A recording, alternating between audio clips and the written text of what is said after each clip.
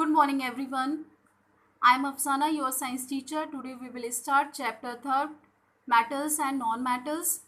There are 118 elements known to us, out of which 92 are naturally occurring, while the rest have been prepared artificially.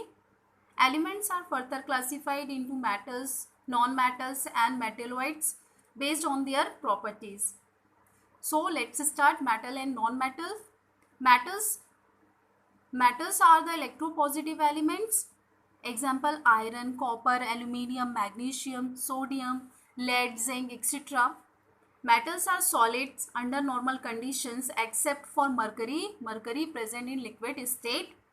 Metals are characterized by bright luster, hardness, ability to resonate sounds, and are the excellent conductors of heat and electricity. Non-metals are electronegative. Example: carbon, sulfur, iodine, oxygen, hydrogen. Non-metals are either solids or gases except bromine, which is a liquid. So let's start physical properties of matters and non-matters. First properties: physical state. Metals are solid at room temperature except mercury and gallium. Non-metals generally exist as solids and gases except bromine. Second property: melting point and boiling point. What is a melting point? A point at which substance change their state. Boiling point: a point at which substance begins to boil.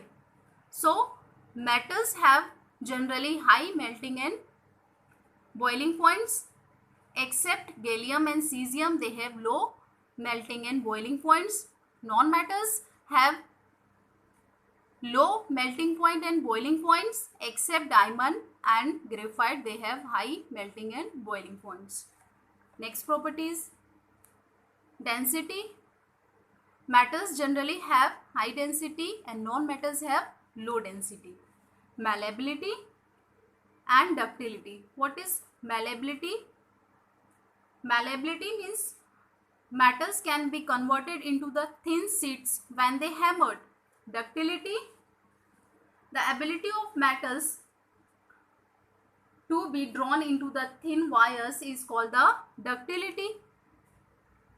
So metals are malleable and ductile. Non-metals are brittle, means neither malleable nor ductile. Next point is conductivity. Metals are good conductors of heat and electricity. Non-metals are bad conductors of heat and electricity, except graphite. Graphite is a good conductor of electricity because the presence of free electrons. Next point is luster. Luster means possess the shining surface. Means metal possesses shining luster on their surface, and non-metals do not have the luster. Next property is sonorous. What is a sonorous? Some metals produces sound when they are beaten and or when they are collide to each other. Means metals give sound on struck and non-metals do not give sound. Next property is hardness. Generally all metals are hard except the sodium and potassium. Sodium and potassium, they are soft and can be cut by the knife. Non-metals generally are soft except the diamond. Diamond is very hard. So students, these are the physical properties of metals and non-metals. You have to write it and learn it. Okay, thank you.